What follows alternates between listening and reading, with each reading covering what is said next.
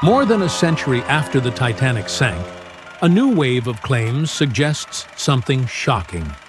Some reports say the body of the ship's captain may have finally been found after 114 years. At first, that idea sounds possible. The Titanic lies nearly 3,800 meters deep in the North Atlantic, in a cold, dark environment where temperatures stay around 1 to 2 degrees C. These conditions slow down decomposition and have preserved parts of the ship for decades. So naturally, people wonder whether anything else could still remain there.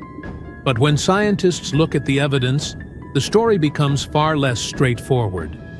Captain Edward Smith, who commanded the Titanic during its maiden voyage in April 1912, went down with the ship. His body was never officially recovered. In the weeks after the disaster, recovery ships found over 300 bodies, but more than 1,000 victims were never located. So where do these new claims come from? Much of the confusion is tied to what researchers have actually discovered at the wreck site. Since the Titanic was found in 1985, multiple expeditions have mapped the area in detail. The wreck is split into two main sections, lying about 600 meters apart, surrounded by a debris field that stretches across several square kilometers. Within that debris field, scientists have documented more than 5,000 artifacts, including clothing, shoes, personal belongings, and items used by the crew. But here is the key fact. No intact human bodies have ever been found at the Titanic wreck. The reason comes down to biology and deep-sea chemistry. While cold temperatures slow decay, they do not stop it. Over time, microorganisms and chemical processes break down soft tissue completely. At extreme depths, even bone can eventually dissolve, especially in areas where certain compounds in seawater reduce its stability. What researchers have found instead are indirect traces. In several parts of the debris field, pairs of shoes have been discovered lying close together on the ocean floor. These are widely believed to mark the locations where bodies once came to rest. As the bodies decomposed, only durable materials like leather soles remained. This detail is often misunderstood and sometimes exaggerated into claims that human remains were found. Another source of confusion comes from recovered artifacts linked to crew members. Some expeditions have located uniform buttons, navigation tools, and personal items that may have belonged to officers. However, none of these objects have been definitively connected to Captain Smith himself. There are also conflicting historical accounts of his final moments. Some survivors reported that he stayed on the bridge as the ship went down. Others claimed they saw him in the water shortly before the sinking. These accounts cannot all be verified, and they leave uncertainty about where his body might have ended up. Ocean conditions make this even more complex. When the Titanic broke apart, debris and bodies were scattered over a wide area. Currents in the North Atlantic could have carried remains far from the wreck site before they sank. Many of the bodies recovered in 1912 were found at the surface days later, not near the final resting place of the ship. Modern expeditions use remotely operated vehicles, sonar mapping, and high-resolution imaging to study the wreck in detail. These surveys have repeatedly confirmed the same conclusion. There is no evidence that the captain's body has ever been found.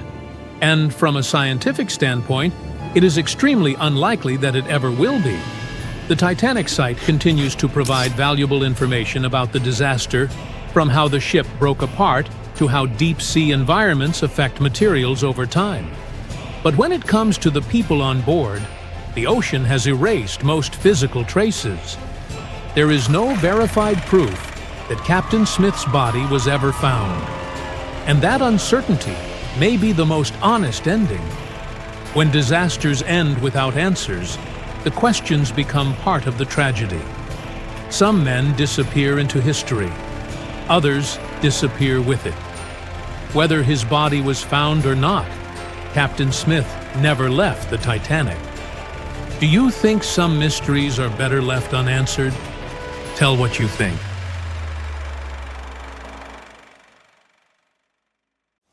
The cause of the Titanic crash was an iceberg, or so we've always been told.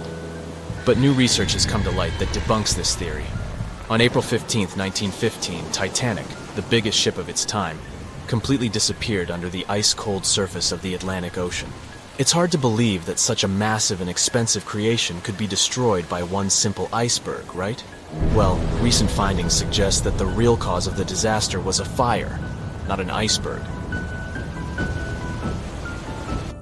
For over 3 decades, journalist Sinan Maloney has dedicated himself to studying the sinking of the Titanic.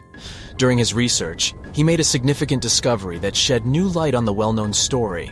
Maloney discovered a massive black spot on the hull of the Titanic, which measured an impressive 30 feet in length. He found it thanks to an unpublished album of photographs that showcased the construction and preparation of the ill-fated ship's first and final journey. Can you believe that most probably the fire on the Titanic had been burning at extreme temperatures for 3 whole weeks before anyone noticed it? Crazy, right? Apparently the high temperature corrupted the metal, making it 75% weaker. That's why the iceberg was able to make a hole in the ship. If not for the fire, the Titanic might have survived the crash because the iceberg apparently hit the exact spot we are talking about. And this is only one link in the chain of incredible coincidences that brought the Titanic down. The people in charge of the Titanic knew about the fire and knew the ship shouldn't have set sail. But they didn't want to go bankrupt and cancel the trip, especially since there was a coal shortage due to miners being on strike. The trip was already sold out, and there were no alternatives. Other ships canceled their trips due to low demand. Everyone wanted to board the Titanic, so the management bought up all the coal they could find, even from other ships, and set off. It was all about making money. To hide the truth, they turned the ship's hull so that the marks weren't visible from the dock and faced the sea. This way, the passengers wouldn't see them. Here's another sad twist in the Titanic story. Back then, there weren't any sonar systems to detect danger, so specially trained people had to watch out for threats using binoculars. But the binoculars on the Titanic were locked away in a special compartment, and the only person with the key, Second Officer David Blair, was replaced last minute before the ship took off. He forgot to hand the key over to his replacement. This mistake wasn't discovered until 3 days later when the ship was already at sea. If they had the binoculars, they might have seen the iceberg in time and avoided the crash. But even if they had the binoculars, they might not have been able to avoid the crash because the Titanic was going faster than it was supposed to. They were behind schedule and didn't want to ruin the ship's reputation, so they were going way beyond the speed limits the ship's construction could sustain. One of the biggest mistakes made on the Titanic was the decision to not include enough lifeboats. Even though the ship needed around 60 of them to contain all the passengers, it was only equipped with 20. The designer, Alexander Carlisle, had initially planned for 48 lifeboats, but this number was reduced for aesthetic purposes. Apparently, having too many lifeboats would have made the deck look too cluttered. These 20 boats were only able to hold a third of the passengers on board, which was not nearly enough to save everyone in the event of an emergency. What's even more shocking is that this number of lifeboats was technically legal at the time. Regulations for lifeboats were based on the tonnage of the ship, not the number of passengers. This means that even though the Titanic was carrying thousands of people, it still met the legal requirements for lifeboat capacity. Another serious mistake made by the crew was the decision to cancel the lifeboat drill scheduled for the day of the disaster. Lifeboat drills were standard practice on ocean liners at the time, but for no apparent reason, Captain Edward John Smith chose to cancel it. This meant that passengers were not prepared for an emergency, and the crew was not adequately trained to handle the situation. When the ship hit the iceberg, chaos ensued, and it took over half an hour to launch the lifeboats instead of the usual 10 minutes. Some folks put the blame on Captain Smith for the fact that the first set of lifeboats left partially empty. The very first lifeboat, which had seats for 65 people, only carried 27 passengers. There is an objective reason for this. At the beginning, people were reluctant to abandon the ship and didn't understand the gravity of their situation. In 2012, researchers uncovered that Captain Smith failed his initial navigation exam. Although he eventually passed, some people wonder if this could have played a role in the disaster. During the Titanic's final moments, the crew attempted to send out distress signals to nearby ships, including the Californian. However, The Californian failed to respond to the flares shot into the sky, and the captain ultimately lost his job as a result of this negligence. However, recent research has exonerated the captain and proved his innocence. It turns out that light refraction, caused by layers of cold air below warmer air, created mirages that distorted the signals from the Titanic. This phenomenon had been observed by other ships sailing in the area and is now believed to be the reason why the lookouts on the Titanic missed the iceberg completely. Historian Tim Malton supports this theory and has further contributed to our understanding of this event. It's unfortunate that the captain of the Californian lost his job due to circumstances beyond his control, but it's better late than never that his reputation is cleared. Whatever the reason for Titanic's crash was, it still keeps the minds of scientists busy to this day. But let's see what the buzz was all about. What made the Titanic so famous and unique? The Titanic was massive, standing at 175 feet tall and nearly 900 feet long. The ship was so enormous that even the officers took over 2 weeks to memorize all the decks and passageways. You could be walking miles along its corridors. The construction cost of the ship was a whopping $7,500,000, which would be equivalent to about $166 million in the mid-2010 ES, due to inflation. Interestingly, the production cost of the Titanic movie in 1997 was even higher at $200 million. Building the Titanic was no small feat, and it required a labor force of 3,000 men who worked 6 days a week for 26 months. The job was difficult and dangerous, and workers had to complete tasks at the height of a 20-story building without safety ropes. Nevertheless, they were paid a competitive wage of £2 a week, which was considered good pay at the time. The inside of the Titanic was inspired by the luxurious Ritz Hotel in London. The most impressive feature of the ship's interior was the grand staircase, which extended through 7 of the ship's 10 decks. The staircase was adorned with ornate paintings, bronze cherubs, and oak paneling. The first-class passengers had access to an impressive array of facilities, including a heated swimming pool, Turkish bath, gym, squash court, beauty salon, and even a stylist to help them prepare for dinner. First-class passengers on the Titanic were pampered to an extraordinary extent. They had their own onboard newspaper, the Atlantic Daily Bulletin, and even their dogs were taken care of with a special area where they could be fed, walked, and trained during the voyage. The first-class meals were a grand affair, with 13 courses and a different wine for each course. These dinners could last up to 5 hours, and they were certainly something to look forward to. With such opulence and luxury on board, it's not surprising that so many people were eager to take the first trip on the Titanic.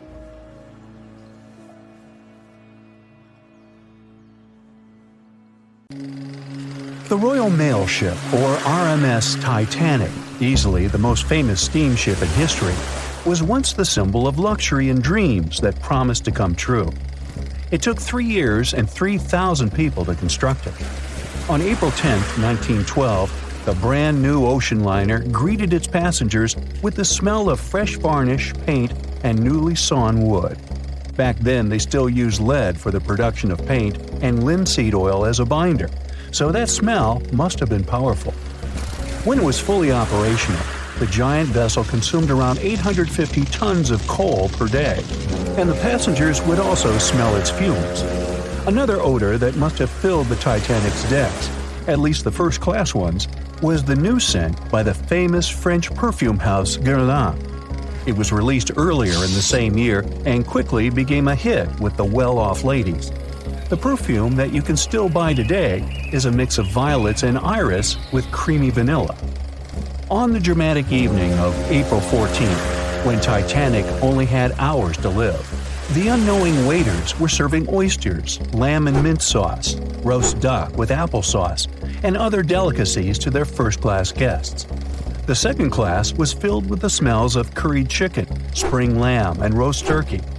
Third-class passengers had simple gruel and biscuits that night. At 11 p.m., as the ship got dangerously close to the iceberg, the new smell added to the mix. It was a mineral odor with metallic notes. If you have ice in your fridge, you must have noticed it takes the smell of neighboring foods. The same happens to icebergs. They take on the odors of sea animals, and maintain the chemical composition of the water that they're made of. If more people had known about the meaning of this particular metallic smell, they probably still wouldn't have saved the ship, but the number of people that managed to escape to safety could have been larger. Speaking of smells, in case you've ever wondered what space smells like but aren't planning to become an astronaut anytime soon, listen up. You can try out Eau de Space, an aroma that was designed by NASA decades ago. The idea of the perfume was to help astronauts prepare for their encounters with space at all levels during their training. But hold on a second, space is a vacuum, so it technically shouldn't have any smell. Yet, astronauts who have been out there remembered it as a pleasant metallic odor, something like the smell of welding fumes or burnt gunpowder. They could smell it on their spacesuits after coming back into their spacecraft. We can also guess what other planets smell like based on what their atmospheres are made of. Venus has clouds of sulfuric acid in its atmosphere, so it must smell like rotten eggs. Mars and Uranus also smell like rotten eggs, by the way. Each of the layers of Jupiter's atmosphere is made up of different chemicals. That's why it smells different depending on where you are. Some layers would greet you with a yummy aroma of bitter almonds or marzipan, and others, closer to the top, smell like cleaning products. The remaining planets of the solar system are unlikely to have a distinctive scent because they're mostly odorless gases in their atmospheres. As for our natural satellite, the Moon, the Apollo astronauts claim that its dust smells like gunpowder. The fragrance of fresh-cut grass makes regular mowing it nearly worth it. But did you know that the grass isn't having a great time while you're doing it? In fact, it's sort of screaming for help. And because grass can't scream out loud, it expresses discomfort by releasing a mix of smelly, volatile molecules. It does it to protect itself from insects. Caterpillars and other similar creatures just love to munch on sugary plant snacks. When you mow the grass, it releases jasmonic acid, among other things. It's sort of a signal to parasitic wasps that there is a caterpillar available. These creatures deal with the grass's offenders, and it can keep growing happily ever after. From the point of view of the grass, mowing is not much different from an insect attack, so it protects itself the best way it can. The rain has an easy-to-recognize powerful smell, also known as petrichor. But where does it come from? Turns out some plants secrete oils during drought. The rocks and soil accumulate those oils compounds, and when the raindrops hit, they mix with water and release into the air. Sometimes these oils combine with chemicals produced by bacteria living in the soil. The result of this cooperation is a musky odor you can smell in the woods or in your garden when you turn over the wet soil. Ozone also adds to the smell of rain, especially after thunderstorms. It happens when a lightning bolt's electrical charge splits oxygen and nitrogen molecules in the atmosphere, and they later recombine into ozone. One theory says we enjoy the aroma of rain so much because it's imprinted in our brains. Different cultures have always associated rain with something positive, and we could have inherited that perception. Now, chocolate fans, of which I am one, this is for you. There are flowers that smell exactly like your favorite tree. It's a product of a tropical plant, after all, and since it's impossible to recreate the exact magical scent chocolate has in a perfume, you can plant some chocolate flowers, also known as the green eye lyra leaves, in your garden. These flowers look like daisies with yellow petals around a deep red center. When you pick its petals, the flower releases the delicious smell we all love so much. The leaves and branches of the plant also have the same fragrance. Now, in case I got you interested, you can find the flower in dry soils of Arizona, Texas, Colorado, and other states with similar climates. It blooms all year, and the aroma is strongest on warm days. The bear cat, also known as the biturong, does not only look super cute, but also smells like buttered popcorn. Biturongs prefer to stay alone and use their aroma to mark their territory and find potential partners when they have to. Scientists tried to figure out the secret of their unusual smell and suggested it could come from secretions from the scent glands under the animal's tail. Further research showed that the popcorn smell comes from the bear cat's urine. After the animal answers nature's call, It leaves a scent trail in the trees with its tail that often gets soaked. But if the real popcorn only releases its amazing smell when it's popping under heat, how do bearcats manage to do it without a microwave? Well, the answer could be in their diet, or more likely, in the bacteria that come in contact with the animal's natural fluid. Durian is a fruit popular in Southeast Asia that smells sweet and nice to some people, but to the majority, it's a mix of rotten onions and sweaty socks. The stench is so powerful that it's banned on public transportation and hotels in some countries. The secret of durian is its 44 odor-active components. The mix is so complex that you can never tell what it's going to smell like. And despite that horrible smell, durian is considered a delicacy and is used to make mostly sweet dishes like cakes and candy. There was a smelly incident involving durian at a library in Australia. The smell of rotting fruit in a cupboard has spread across the entire building through the air conditioning system. They mistook it for gas leakage and had to evacuate around 500 students and teachers. Well, that stinks. And finally, if you've ever been to natural hot springs or went to see some geysers, you'll never forget the smell of hydrogen sulfide, or less poetically, rotten eggs. It's actually not only yucky but also highly flammable, but it can also be quite useful. Most households in Iceland use geothermal springs as a source of hot water. Although it doesn't smell fresh, it's perfectly safe to drink, and the smell doesn't stay on your body after you take a shower. So there.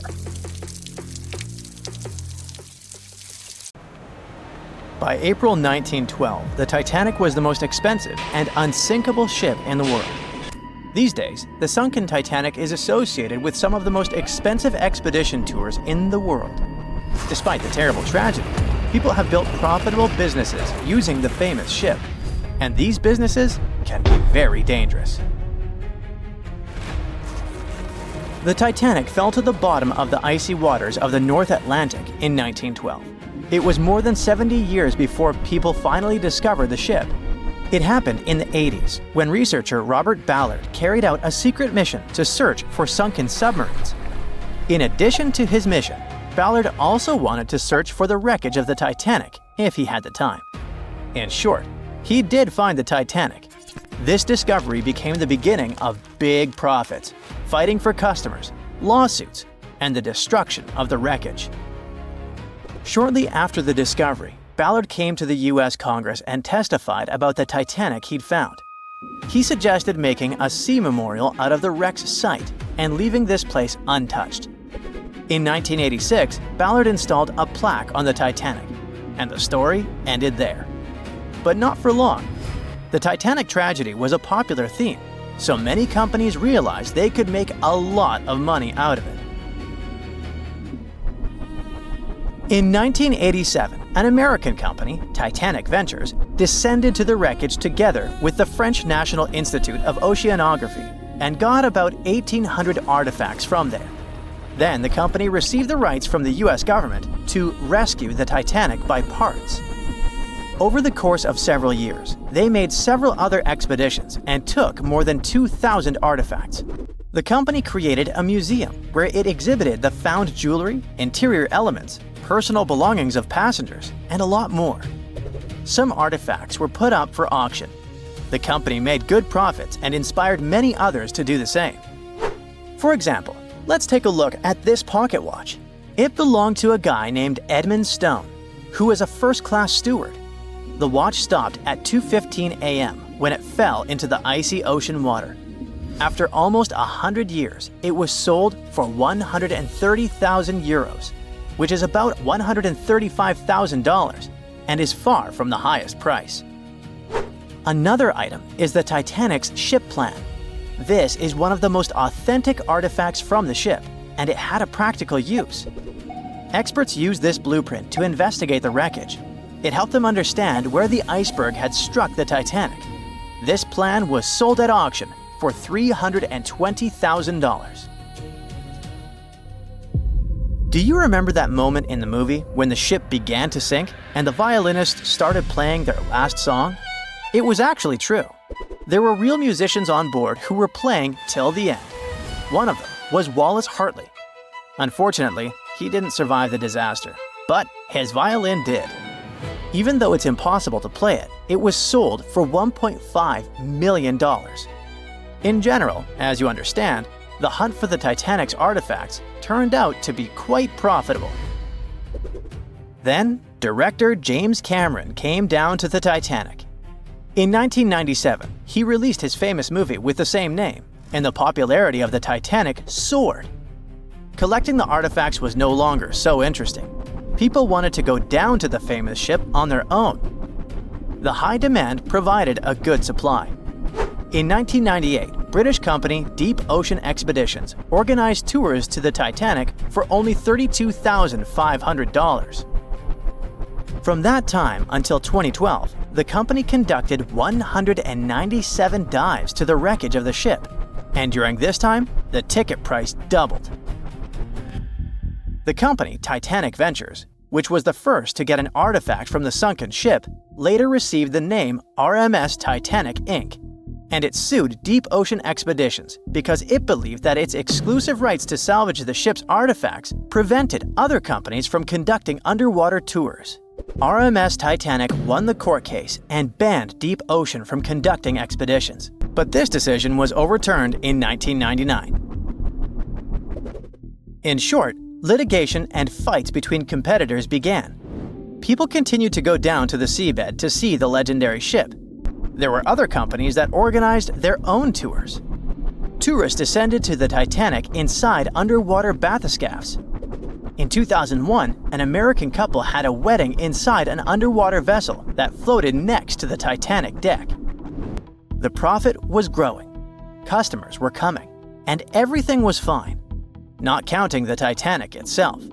The more tourists came down to the ship, the more damaged it got.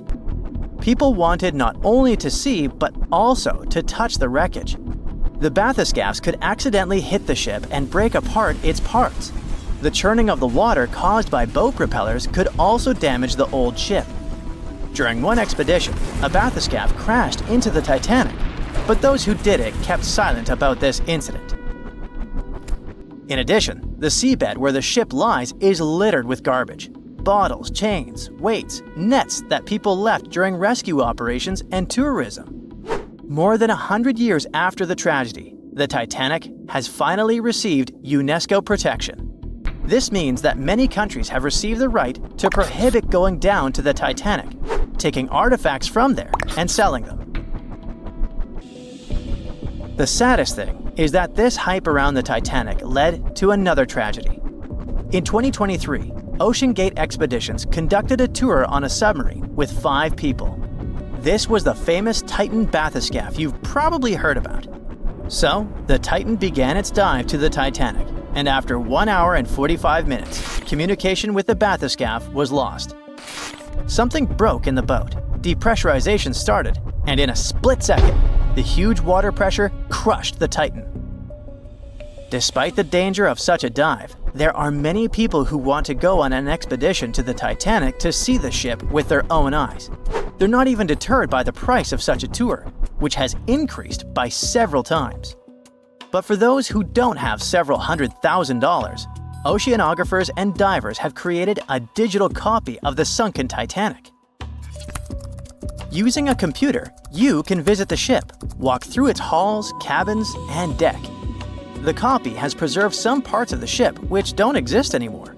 For example, the famous railings on the ship's bow where Leonardo DiCaprio hugged Kate Winslet have recently collapsed. And you can also visit museums dedicated to the Titanic. There, you'll see various photos, elements of the ship, personal belongings of passengers, and many other artifacts. Anyway, if you have a lot of money and you still want to go down to the Titanic, think twice. And in general, ordinary scuba diving is a rather dangerous thing. These are the problems it can cause. When you dive underwater without preparation and come up too fast, you're likely to encounter decompression sickness, which is also called the bends. Due to the rapid decrease in the pressure that surrounds you, nitrogen bubbles move through the body and might cause paralysis, severe discomfort, spinal cord damage, and many other troubles. Wait a minute, what are nitrogen bubbles doing in your body anyway? Your cylinders contain compressed gas that consists of nitrogen and oxygen. And when you inhale this substance and the pressure around you sharply decreases, nitrogen accumulates in bubbles. According to Henry's law, the solubility of gases in a liquid is directly proportional to the external pressure. The liquid is flowing in your veins and arteries, and the external pressure is tons of seawater around you. Any change in your body pressure can also cause loss of consciousness, and underwater depths are not the best place to faint. Check out on YouTube what happens to people who don't adhere to safety regulations and experience the bends. You'll see that this is a rather unpleasant feeling. What if you get a bad instructor, or you panic and start rising too fast? Or the depth might turn out greater than you expected. Of course, when you're inside a bathyscaphe, looking at the Titanic through the window, you feel much more comfortable. But if you're going to scuba dive to big depths, good preparation is vital for you.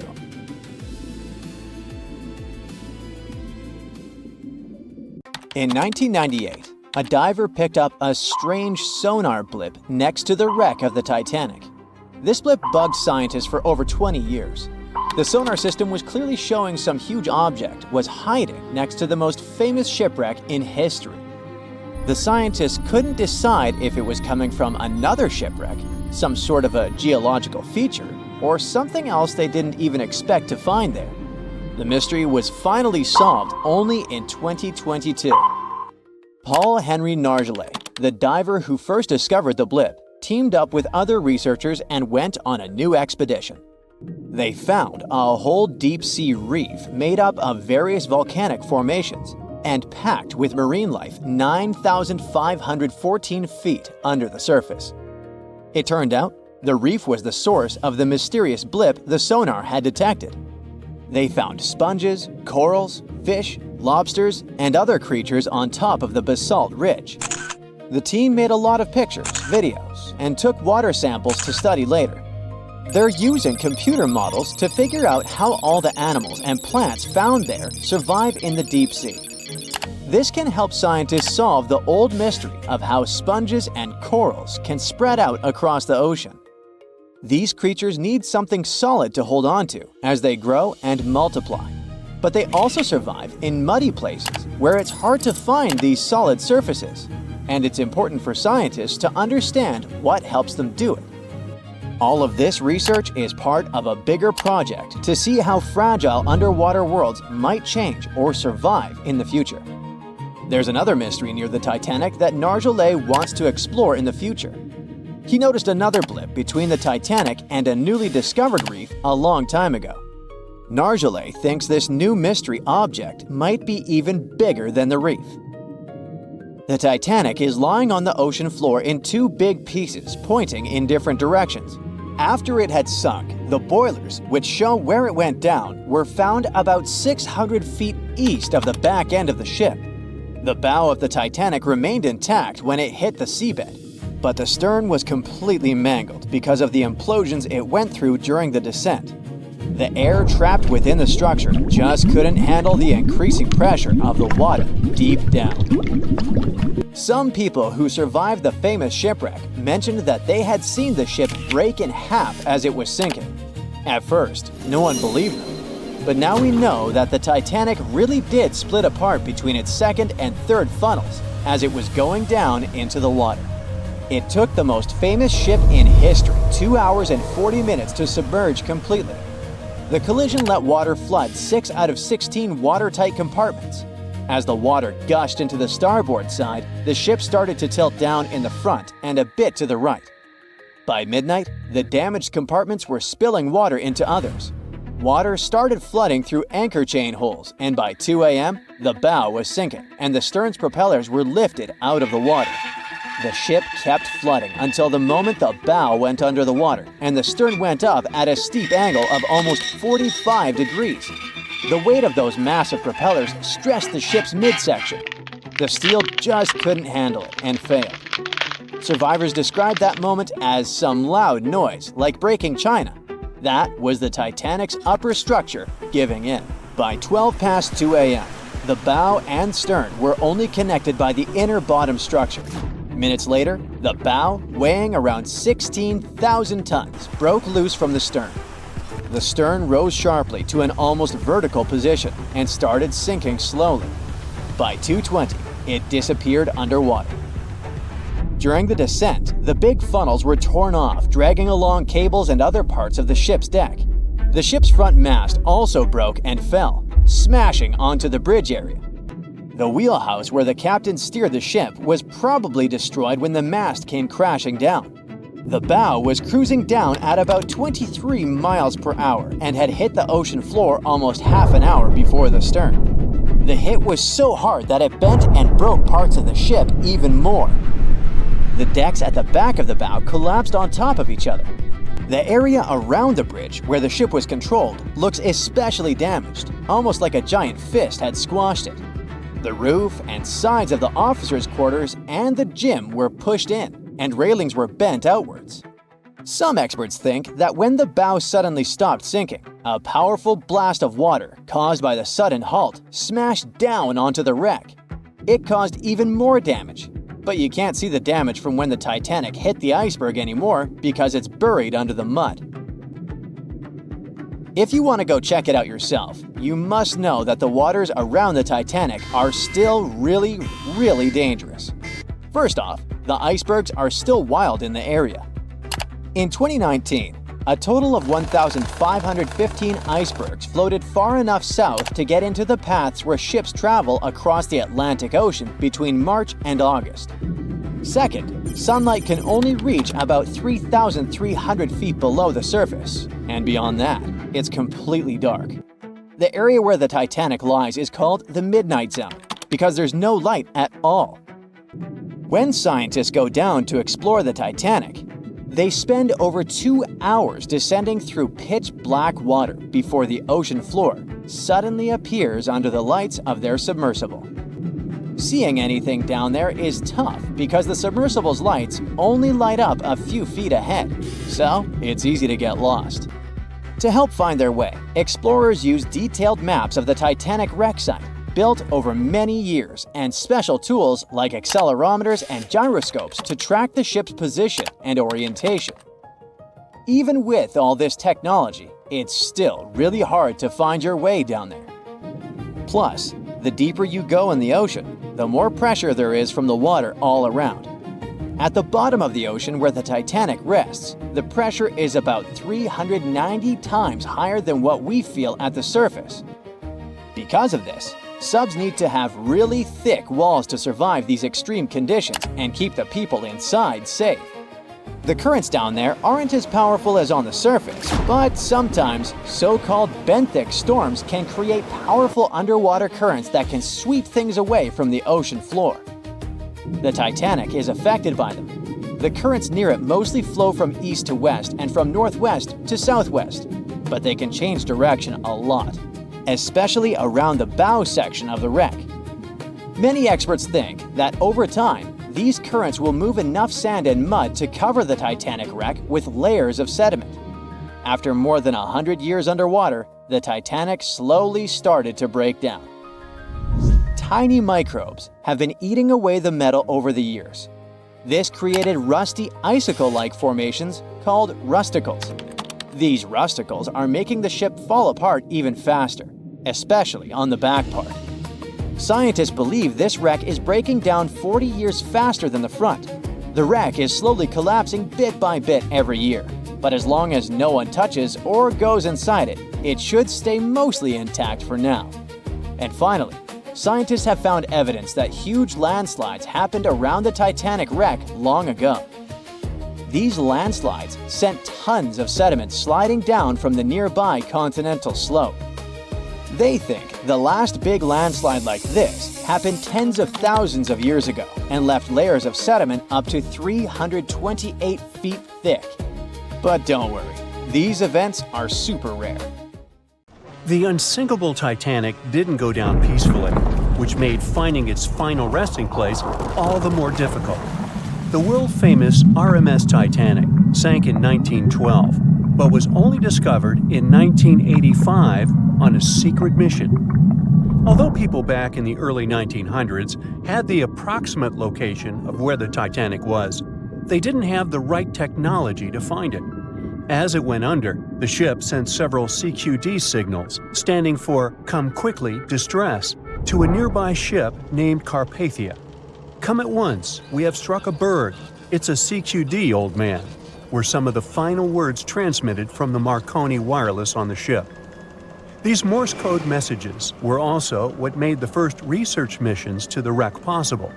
RMS Carpathia found the lifeboats filled with Titanic survivors, but the world also desperately wanted to see what became of the famous liner. Fast forward to 1953. That's when the first serious attempt to find the Titanic wreck happened. A man named Risdon Beasley tried using a loud eruptive device to locate the ship. It sounds weird, but there's science to back it up. When dynamite goes off, the waves from the detonation hit the bottom of the ocean floor. With the help of sonars, scientists would be able to locate if there was anything solid at the bottom of the ocean. But Beasley had no luck. Another 20 years would pass before oceanographer Robert Ballard would make his attempt to locate the Titanic. Ballard had a bit more luck than Beasley. Over the previous years, underwater technology had gotten more funding, and so worked much better.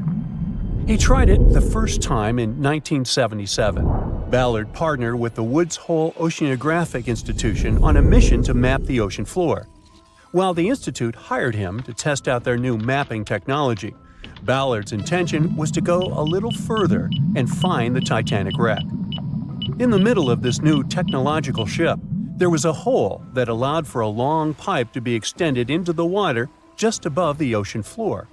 Attached to the end of this pipe, Ballard installed a pod with sonars and cameras. They thought they were in for something big, and so they took the ship to sea to run some tests. That's when, on a trial run, adversity struck. The drill pipe broke, sending all of their expensive material to the bottom of the ocean floor, just like the Titanic.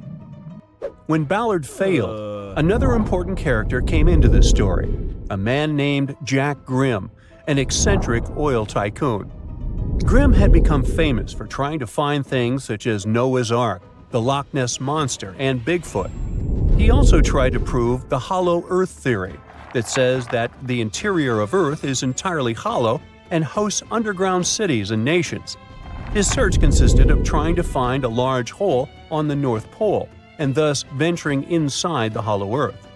After his attempts failed, he set his eyes on the jewel liner that had sunk, the RMS Titanic. Grimm had the money, but he didn't have the know-how. So, as a billionaire, he made a big donation to Columbia University and asked in return to use some of their equipment. He hired a team of highly qualified scientists to help operate the machinery. Here's where it gets a little strange. Jack Grimm was a believer in folklore and non-conventional ways of doing things. So he brought a monkey on board and surprised the research team. This monkey, called Titan, was believed to point to a map and locate lost things. In this case, the Titanic. The scientists went crazy when the monkey appeared and told Grimm it was either them or the monkey. This expedition left Florida without Titan. Yes, there would be no monkey business. They set the course to the exact location of Titanic's last distress signal. They arrived, examined every inch of the ocean floor, but still found nothing. Grimm's first expedition lasted 3 weeks, but unfortunately, they found absolutely nothing. They tried a particularly good search method known as mowing the lawn, where they mimic such movements to map every inch of a larger area around Titanic's distress coordinates. The reasons for failure were important defects in the equipment and terrible weather. That's when that prior searcher of the lost Titanic came back into the picture, Robert Ballard. He didn't have the millions Jack Grimm had, but he had one thing going for him. The marine geologist was working closely with the U.S. Navy to locate 2 nuclear submarines which had sunk in the 1960s. Ballard himself says he was living 2 lives, one as a researcher and the other as a Navy intelligence officer. The deal was simple. He'd have a green light to search for the Titanic after he found the two missing submarines. To find Thresher and Scorpion, he used an unmanned submarine vehicle called Argo. Argo was like a little snow sled. It was attached to a bigger ship that sailed above the water. Argo was connected to the ship by a long cable, and it was piloted by a team on board. The sled had sonars and cameras that provided real-time imaging of the ocean floor, so it was a real advancement on other attempts. After much thinking, he had a eureka moment. He supposed the force of the wreck should have left a comet trail that led back to the ship. While searching for the Titanic, most people had tried to find the ship itself. But until then, it had been trying to find a needle in a haystack. That's why Ballard's logic was so brilliant. He needed to invert the order. He had another obstacle on his hands: time. He could only look for the ship after finding the lost subs, and by the time that happened, he had 12 days left. He teamed up with another scientist, and they applied the mowing the lawn method to map the ocean bed. Another important piece of information that most researchers left out was that there was a sea current moving south on the day of the disaster. This meant that the debris field should be south of the distress signal coordinates. To save time and resources, he would do a quick reconnaissance of the ocean floor, spacing lines more than 3 miles apart to look for debris fields. He also relied more on the camera visuals than on the sonar signals. His team took turns piloting Argo and watching the video. Days rolled by, with nothing but the empty ocean floor showing up. Until the rocks they were used to seeing started to look like man-made debris. Suddenly, there it was, the Titanic's boiler. Ballard was right. The debris field would take them back to the ship. After 73 years of searching, they had finally found the Titanic wreck. Titanic sank on April 14, 1912, and all of the passengers' belongings and ship's paraphernalia went down into the deep, dark waters with it. These objects patiently waited to be discovered until 1985. Titanic sank fast, and there seemed to be almost nothing left from the ship. Yet divers in small submarines managed to retrieve plenty of artifacts from the wreckage. If you wonder what those surprising items look like, hey, join me. A number of museums have collections of Titanic items rescued by divers or donated by survivors and their relatives. And some of those items are even sold at auction. So if you're ready to spend a pretty penny on an exclusive artifact, hey, why not? The first artifact on my list is a pocket watch belonging to a Titanic passenger, John Chapman. John and his wife Elizabeth were on their honeymoon. When the ship hit the iceberg, Elizabeth was offered a seat on a lifeboat next to her friend Emily Richards. There was a problem, though. Mr. Chapman couldn't enter the lifeboat. Elizabeth turned to her friend Emily and said, "Farewell. If John can't go, I won't go either." Now, that's what I call true love. After a short time, the ship went under. If we step back and return to Chapman's pocket watch, we'll notice one more heartbreaking detail. Experts believe the watch stopped around the time the ship finally submerged. Do you remember the iconic scene in the Titanic movie where the ship's band continued to play while the ship was sinking? The violin, played by the real musician, was sold in an auction for $1.7 million in 2013. They say the band played "Nearer My God to Thee" as the ocean liner sank. Since we started talking about the band, we might as well shed light on a piece of music found on the ship. It was the song "Put Your Arms Around Me, Honey." Considering the fact that paper gets ruined almost instantly when it meets with water, it's a miracle to see those documents. Another saved paper document is the lunch menu. The first-class passengers wore their beautiful dresses and enjoyed their meals without knowing that it was their last lunch. This unique item was auctioned for $122,000. Meals were offered based on class. For instance, a first-class passenger would eat roasted turkey with cranberry sauce, spring lamb, or baked haddock. In comparison, a third-class lunch consists of stuff like rice soup, fresh bread, roast beef, and brown gravy. There were also cabin biscuits, which the passengers would eat to diminish seasickness. It wasn't just the menu. A VIP ticket was also retrieved. The ticket number is still readable, 1342. Number 5 is Edwardian perfume samples.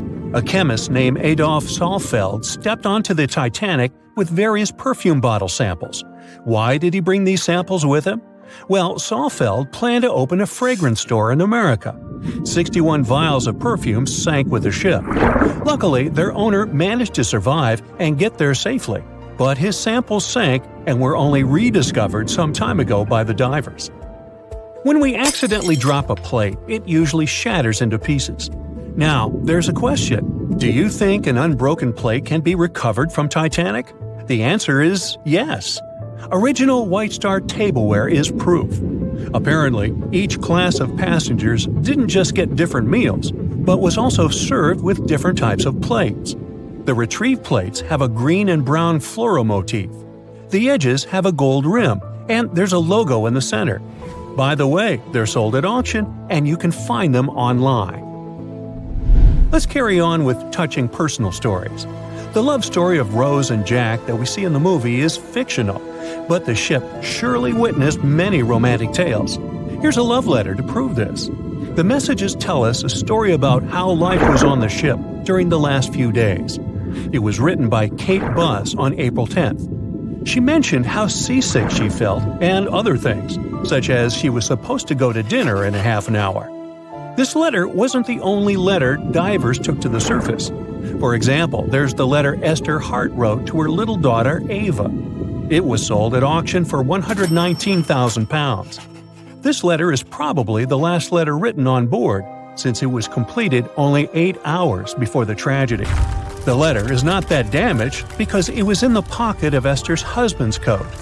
Another letter we can mention is Dr. John Simpson's letter. Those words were the last words that he wrote to his mother. Let me introduce you to Edith Rosenbaum. She was on the ship with her lucky toy pig.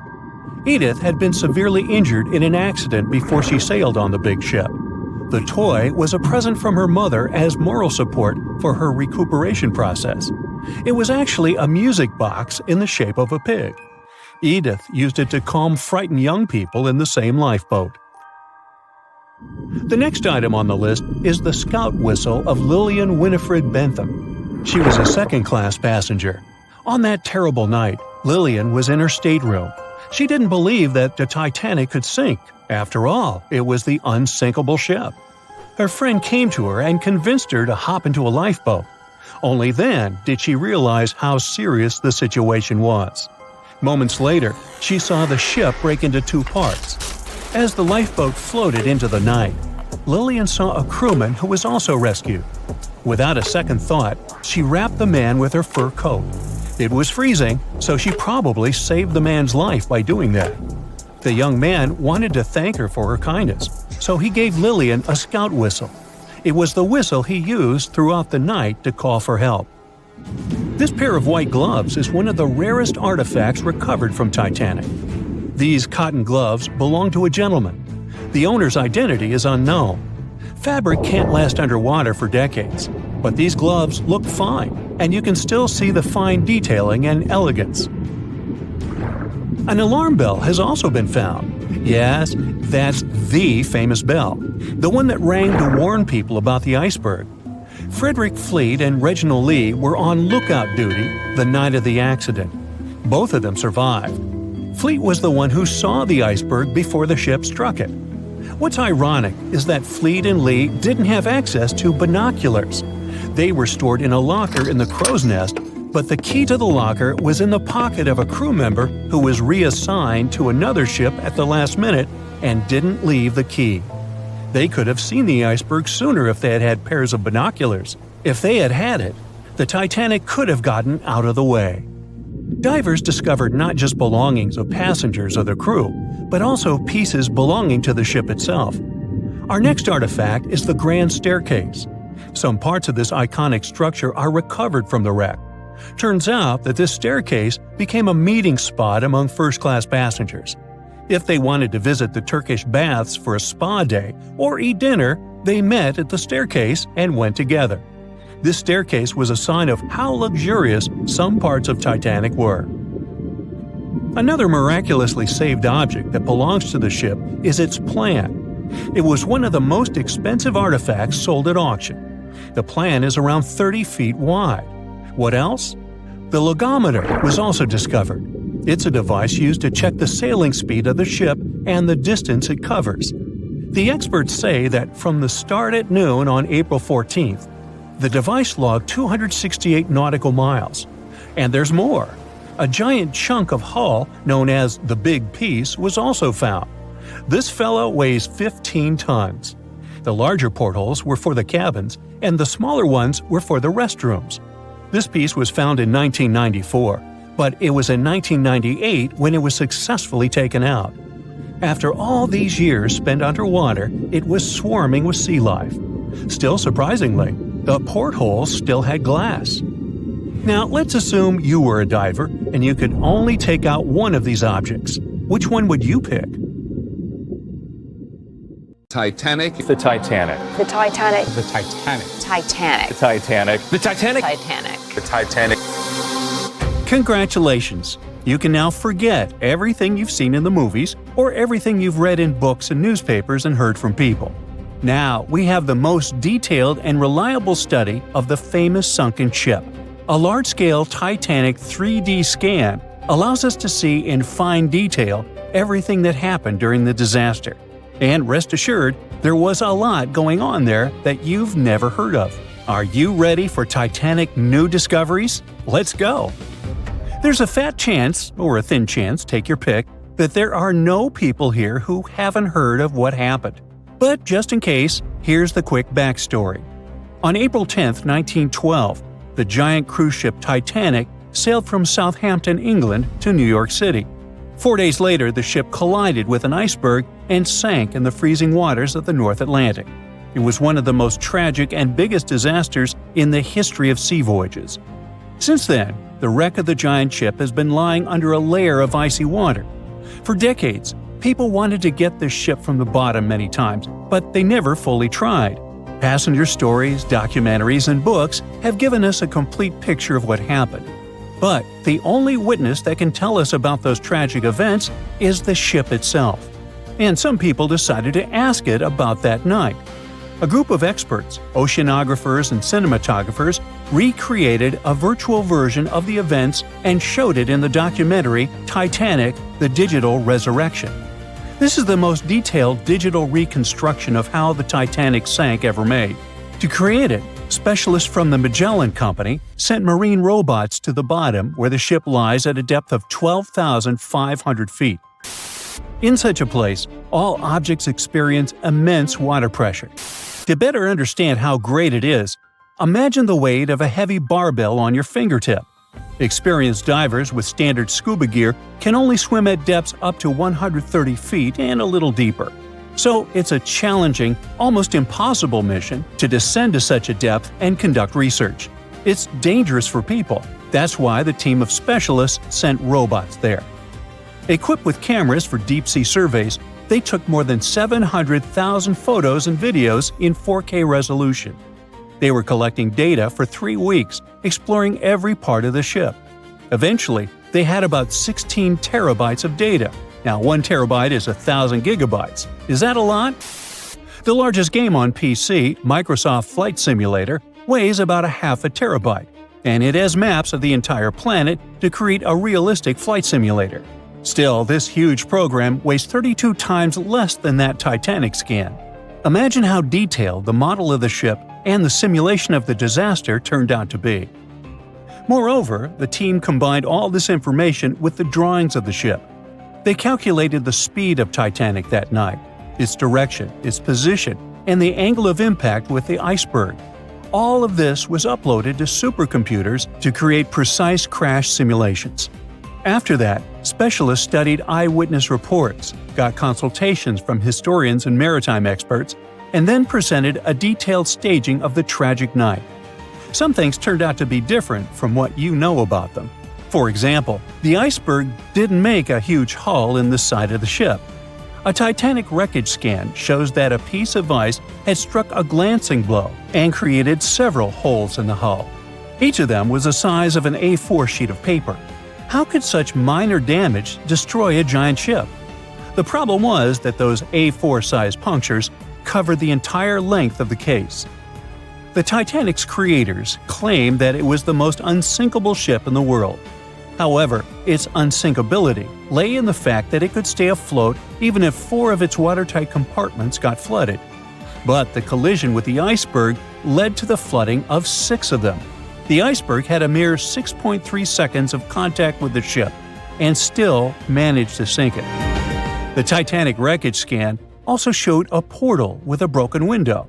The iceberg probably crashed in there. This finding confirms the words of eyewitnesses that pieces of ice got into the cabins. Just imagine how frightening that was. You're sleeping peacefully in your bed, then you hear a loud crash, and a piece of iceberg falls into your cabin. And after that, absolute chaos begins. The researchers found out exactly how the ship had split in half. In the famous movie, we all saw how the back of the ship had risen above the water and then broken off. The ship indeed broke, but not as gently as we saw on the screen. Yeah, the scale of the disaster was terrible, but the reality was even worse. The ship wasn't just broken, it was torn in two. Wooden and metal parts of the ship, pipes, chunks of the hull, walls, everything was torn and bent. The first-class cabins were torn in two. Imagine the screeching of metal that sounded on that cold night. Researchers compared other Titanic facts versus the movie. One of them was a story about First Officer William Murdoch. In the movie, his character attacked passengers who were trying to board the boat. But in reality, everything happened differently. Titanic survivor Charles Lightoller said William Murdoch had drowned when he was trying to lower a lifeboat into the water. He didn't attack anybody, but still faced a tragic fate. There are no exact details, but high-resolution scans have confirmed this version. But one of the most impressive and heroic tales that happened on the Titanic occurred in the boiler room. With the help of robots, experts discovered that one of the boat's steam valves had been left open. This finding only confirms eyewitness stories that the engineers stayed in the boiler room for more than 2 hours after the collision with the icebergs. This group of brave people maintained a power supply until the very end. Why did they do it? Proper lighting on the Titanic helped people safely lower the boats onto the water. Electric power also made the Titanic visible to distant ships. Moreover, passengers reported that the Titanic's lights were on even when it was submerged underwater. The brave feat of the engineers helped save hundreds of passengers' lives. Who knows, perhaps further research of the ship will tell us more about other heroic actions of the passengers and crew members. Actions that will be worth making a movie about. In addition to studying the ship, the researchers also scanned the seabed around the wreckage, where not only parts of the Titanic, but also personal belongings of passengers, including gold coins, pocket watches, combs, shoes, and so on, were scattered. By the way, many of those items have been raised from the bottom and sold at various auctions. You can also see some artifacts from the ship in specialized museums. One of those is called Titanic Belfast and is located in Northern Ireland. It is open to the public. A digital replica of the ship not only shows us how the Titanic sank, but also literally saves the ship. The condition of the wreckage is getting worse every day. Gigantic pressure, cold temperature, water, and marine life, all of this is slowly destroying the vessel. Oh yeah, some companies that organize dive trips to the ship for tourists also pose a danger to the ship. It turns out that there are a lot of people who wanted to go down inside a submersible to the legendary wreck. As a result of some of these excursions, parts of the ship were damaged. Experts predict that within the next 40 years, the unlucky liner may disappear completely. Fortunately, the Titanic 3D scan has provided such a level of detail that you can imagine walking inside it. This means that the tragedy will never be forgotten. Of course, 10 videos like this one won't be enough to cover the full scope of the work that the filmmakers have done. Fortunately, the documentary, Titanic: The Digital Resurrection, is available for viewing. You can watch the movie and also study the 3D models of the ship. Who knows? Perhaps you can make new discoveries. New exclusive photographs, by far the best yet, are in from the Titanic. For most of this century, that huge... When the first images of the Titanic shipwreck appeared in September 1985, the world stopped. People were glued to their TVs, watching the legendary ship reappear after more than 70 years. Where did the Titanic sink, you ask? It's located about 400 miles off the coast of Newfoundland, Canada. This so-called unsinkable ship rests in complete darkness, about 12,600 feet below the surface. Yep, that's how deep the Titanic is. But even after such a long fall down to the ocean floor, the front part, known as the bow, still looks surprisingly intact. I mean, the railings were still there, the anchor chains too, even the elegant curves of the hull you might recognize from old photos. But the news barely mentioned the stern back then, and there's a reason we still don't talk much about it. You see, these images were about more than just capturing mesmerizing and eerie footage. They were proof of what really happened when the Titanic sank. We were finally getting some answers about this 1912 disaster, when more than 1,600 people lost their lives. And before you Google how many people survived the Titanic, I'll tell you, 706. Among those survivors, several claimed they saw the ship break apart as it went down. Others insisted it sank in one piece, and in the end, investigators agreed with them. Back then, official reports concluded that Titanic had gone down intact. So, for 73 years, that was the official story, until we finally saw the Titanic at the bottom of the ocean. When the Titanic underwater photos were released, they confirmed it. Yes, the liner really did break apart as it sank. And if we've just seen those images of the bow, that means the stern must be around there too, right? Well, kind of. I mean, we did find it. It's located about 2,000 feet away from the bow, lying on the ocean floor. So yes, it exists. But why doesn't anyone ever talk about what happened to the stern of the Titanic? Well, there's a big reason for that. See, the bow, even after all the damage from hitting the seafloor, still looks recognizable. Many of its interiors are surprisingly well preserved, and it's lying as if the ship was continuing its voyage. But the stern is destroyed. Today it's more like a twisted tangle of steel that barely looks like a ship at all.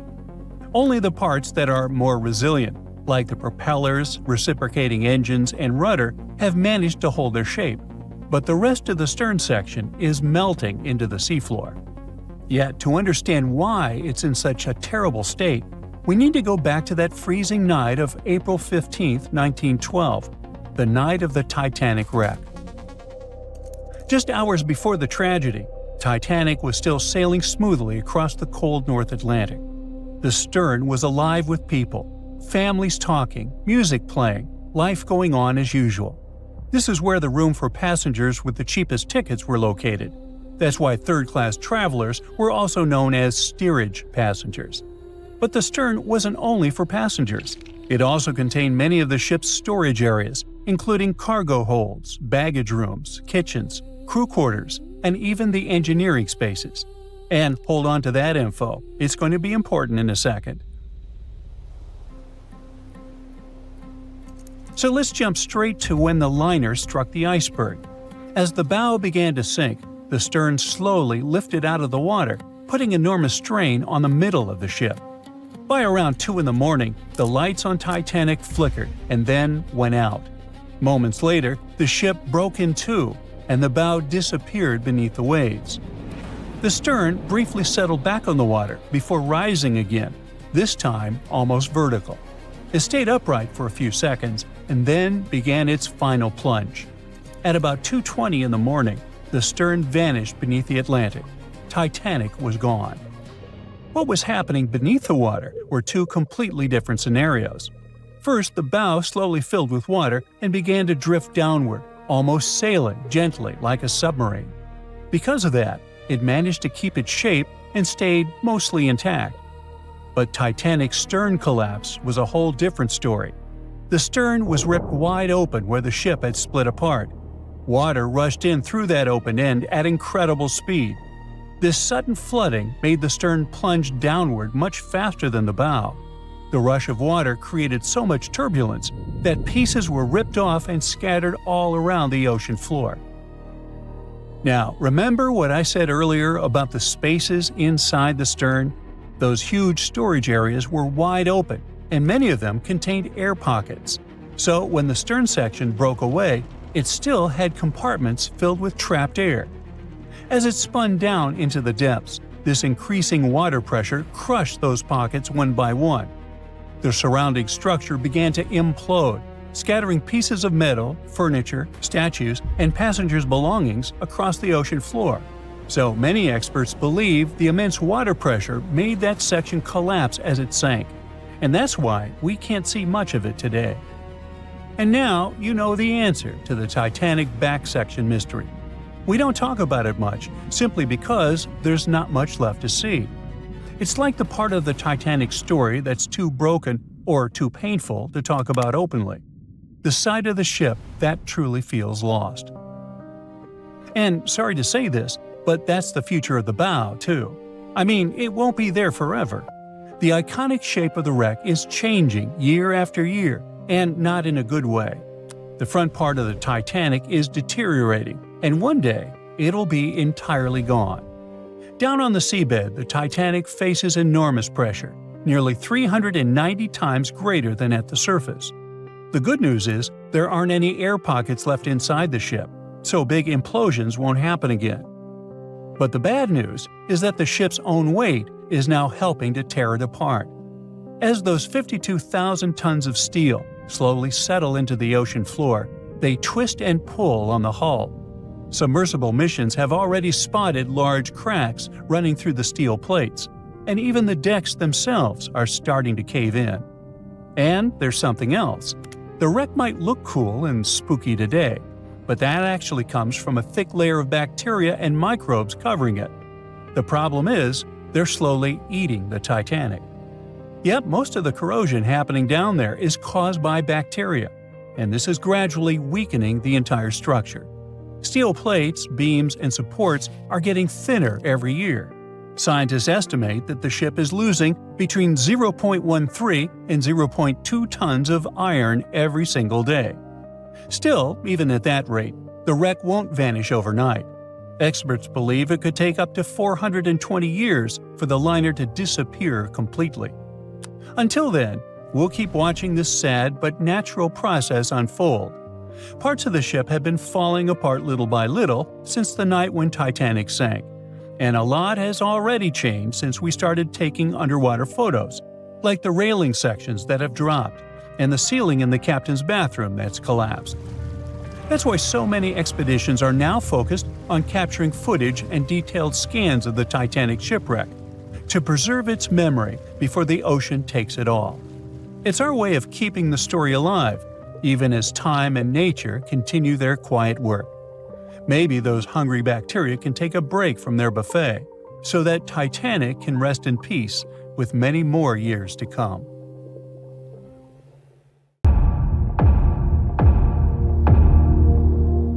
There were no binoculars on board the famous Titanic on the night when they were needed the most. The lookouts were blind, helpless, and doomed, and the ship went down, taking hundreds of lives, right? Well, it's just one of the many myths from a whole ocean of half-truths, rumors, and dramatic retellings the Titanic is still sailing in. There were binoculars on board. The real issue was access. The binoculars were locked in a cabinet in the crow's nest, which is the lookout point, but the key went missing. A crew member named David Blair, who was supposed to be on the Titanic, was reassigned to a different ship at the last minute. He forgot to leave the key behind. The key to saving hundreds of lives, literally, was sitting in his pocket far away as the Titanic was going down. But we'll never find out what would have happened if the key had been there. The sky was clear that night, but there wasn't a moon to light the way, and there was no wind, so the sea was glassy, and there were no ripples, which are the usual warning signs of icebergs floating around. Then there's the idea that the Titanic was racing across the Atlantic to break a speed record, but historians disagree. The Titanic's crew knew there was ice out there, but instead of slowing down, they just kept going, cruising around 22 knots. That's only a couple of knots slower than her top speed, but the Titanic wasn't being pushed to her limits. Many of her furnaces weren't even fully stoked. And it was normal practice for that time to just keep going and trust those on the lookout to spot the ice before the ship hits it. Those massive Atlantic liners weren't about taking it easy. They were about being perfectly on time. Ships like the Titanic were basically the express trains of the sea, and any delay would have been a PR disaster. So, yeah, they knew the risks, but didn't think it was a big deal. After all, plenty of ships had close calls before and came out okay. They didn't see ice as a huge threat those days, and weren't even afraid of head-on collisions. And have you heard that the White Star Line, the company that owned the Titanic, marketed it as unsinkable? In 1910, the company was hyping up their two new ocean giants, the Titanic and her sister ship, the Olympic. Their ads proudly declared these ships were designed to be unsinkable. What the company meant by it was that, on paper, the design should keep them afloat. Later on, they even had to clarify that they never promised the ships were actually unsinkable. By 1911, before the Titanic even hit the water, magazines were already running wild with the idea. Writers were calling her practically unsinkable, pointing to her fancy new watertight compartments as proof. And just like that, a legend was born before the ship even left the dock. After she went down, even one of White Star Line's own executives admitted during the official inquiry that when he first heard the news, he didn't believe it. He genuinely believed the Titanic couldn't sink. But that whole unsinkable thing was never the main selling point. White Star Line wasn't really pushing safety, but selling luxury. The Titanic was supposed to be the crown jewel of ocean travel, massive, elegant, and dripping in comfort. Another story that just stuck with us is that before the iceberg even struck, a coal fire was burning away in one of the Titanic's bunkers. It weakened the ship's hull and made it more vulnerable. Some people even say that fire caused or accelerated the sinking. Well, it's partially true. There was a coal fire in one of the Titanic's coal bunkers before the voyage. Fires in coal bunkers weren't unusual in steamships of the time. They could smolder for days. But it was nothing like a fire that would be raging uncontrollably. Historical timelines, crew logs, and structural analysis all indicate that a fire of such intensity and in such a position couldn't have caused fatal structural damage. If the fire had done that much harm, the ship might have failed even before the collision. But the Titanic stayed afloat for over 2 hours, which means the real villain was still the iceberg. Another twist to the fire story is that it could have distracted the crew, preventing them from dealing with the iceberg situation properly. That sounds more plausible, but still, that's not the same as saying the fire was the real culprit. Speaking of the real culprits, there's no doubt it was an iceberg, but the scale of disaster it caused was way more subtle than a big movie-style gash in the hull. Instead, it produced many tiny fractures in the ship's rivets, seams, and metal joints. Each fracture was almost unnoticeable, but because the ship was cruising, the water was steadily running through those micro gaps under pressure. It slowly seeped into multiple compartments and filled 6 of the watertight sections. The Titanic lingered, hovered, took on water, and was failing compartment after compartment. She sank over a period of 2 hours, rather than going down in minutes. If the iceberg had catastrophically torn open the hull, the ship would have gone down almost immediately, and people would have had no time to react and escape. Sadly, not all of them had that chance anyway. You probably recall the heartbreaking scene from the Titanic movie, where third-class passengers attempt to escape to the decks, but they are locked below in their section. Well, it's only partially true. Yes, there were barriers separating passenger classes, but they were mostly in place to comply with U.S. immigration laws. Third-class passengers going to America in search of a new life had to pass health checks and immigration processing. That's why they were traveling on separate decks. There were some lifeboats for them, although not in the third-class sections of the ship, so they would have to navigate a maze of corridors and stairs to reach the top. And many of the third-class passengers didn't even want to try, as they didn't want to leave their luggage behind. In the end, only about a quarter of the third-class passengers survived, but no one forcefully kept them on the lower decks. Now let's switch gears and discuss the Titanic facts that people used to deny or overlook, but which have since been proven true. For example, most deck plans and diagrams you've seen in Titanic documentaries don't show a hidden deck down under the waterline called the inner bottom. Many outside engineers did not fully understand or discuss it. This hidden deck stretched nearly the full length of the ship and had 44 separate watertight tanks. Most of them were for water ballast, some for fresh water. There were also wing tanks, port and starboard, which helped with balance. The inner bottom was like the ship's built-in organizer. It divided the Titanic into separate sections, allowing different parts to remain balanced and easier to control. It was designed to stay afloat with up to 4 of the forward compartments flooded. Sadly, the rendezvous with the iceberg opened 6 compartments, and you know what happened next. And finally, my personal favorite Titanic myth is that the ship split cleanly in half, like some Hollywood action scene. Blame James Cameron for that one. We all cried when we saw it, but reality was way uglier. For many years after the tragedy, survivors couldn't all agree on what they saw. Some said the ship went down whole. Others swore it broke apart. No one believed the second group until the scientists found the wreck in 1985. Then, they finally confirmed the truth that the Titanic had indeed broken in two, but not neatly.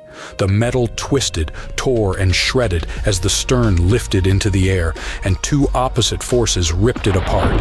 And to make it even more tragic, the people were still clinging to the back half when it snapped and plunged into darkness.